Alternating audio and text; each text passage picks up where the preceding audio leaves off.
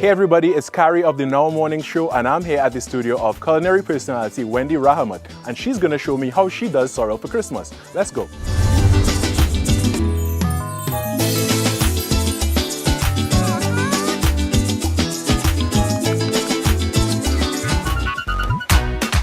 Kharry. Thanks for having me, Wendy. You're very welcome. Well, Wendy, I boil my sorrel. How do you do yours? Well, I'm a traditionalist and I grew up with my mom actually steeping her sorrel, so I've been doing it that way for years. But of course, I'm sure there's a reason why. Why do you boil yours? Well, that's just the way I was taught. When I used to peel sorrel with my grandmother and she would show me how to make sorrel, she would just boil it, so that's all I know. So when you go to your supermarket or your market and you're getting sorrel, if you hear this nice cracking sound, then your sorrel is nice and fresh, crisp, the sepals are nice and fresh. So make sure you get those nice cracky sounds and it's nice crisp sorrel. If they're sort of sticking onto the seed and they're sort of curly and dark, then your sorrel is old. It's going to give you a lot of trouble to peel and it's not going to be as flavorful. So let's peel this up now. Yeah, let me help you out over here. Sure.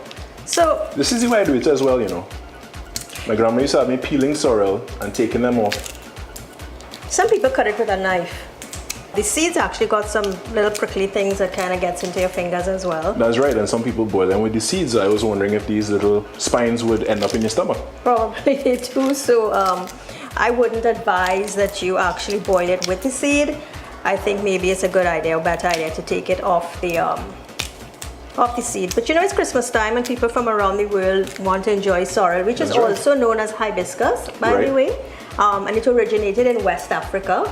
A lot of these tropical delicacies, fruits, originate in that part of the world when the Caribbean was colonized, actually. A lot of people go for the dehydrated sorrel. That's right. I guess it would be a little bit easier for them to use that, but give me the fresh any day. Yeah. Okay, Kharry, so we're steeping our sorrel today, so you want to go ahead and add the spices? All right, so I'm going to add some cinnamon and some cloves here. Right. And what do I do go next? ahead and add some boiling water. All right. Tell me when, Wendy. Keep going. You just want to submerge it, but you don't want to drown it. So I think that's good. So Kharry, my method is steeping. Tell us how you boil your sorrel. So I start off pretty much the same way. I peel the sorrel and then I add the spices to the pot. But then I top it up with water, similarly to this, and then I put it on the stove and I boil it for about 2 hours. So when I'm steeping my sorrel, this is the point that I would cover it up and leave it on my counter for about 3 days. 3 whole days? Yeah, and then it's ready to go. Okay, Kharry, so moment of truth. My sorrel was steeped for 3 days. I think it was even 4 days. You see, I've just strained it out. See the gorgeous color? And look at the color, right? Beautiful. And really and truly, this comes because the sorrel was really very fresh. And there's black sorrel and white sorrel too, yes. right? I prefer the red sorrel because I like the balance of the sourness. What about you? Yeah, I prefer the red sorrel as well. Give me the traditional. Anyway. Yeah, I don't think the black has a lot of flavor. It just got a lot of color. But this is our red sorrel. And of course, I sweeten with simple syrup. How about you? I sweeten with sugar. Okay. Well, let's try the simple syrup and tell me what you think. All right, let's go. So simple syrup is basically sugar and water that you boil. In equal parts. And you leave it. And then you just sweeten. So this way you don't have to add sugar, water to dilute the sorrel any further if you think it's a little strong. So there we go.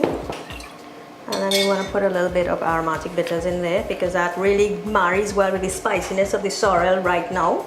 So I think that's good. You know what, Wendy? I think I like your method because there seems to be less trouble involved. You don't have to stir here for a long time to dissolve the sugar. And of course, you can't go wrong with some bitters. All right. Let me check and see if you like it. And just the aroma coming off this already, I'm excited. Great.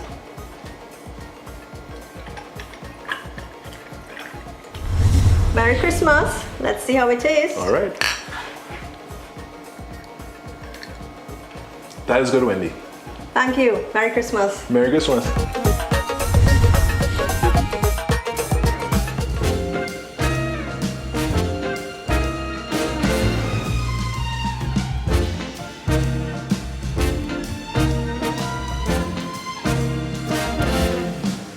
On the first day of Christmas, my true love gave to me a partridge in a pear tree. On the second day of Christmas, my true love gave to me 2 turtle doves and a partridge in a pear tree.